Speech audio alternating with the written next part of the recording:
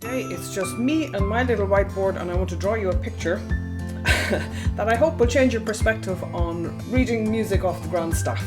It's not as baffling as it first appears. There is actually a logic to this.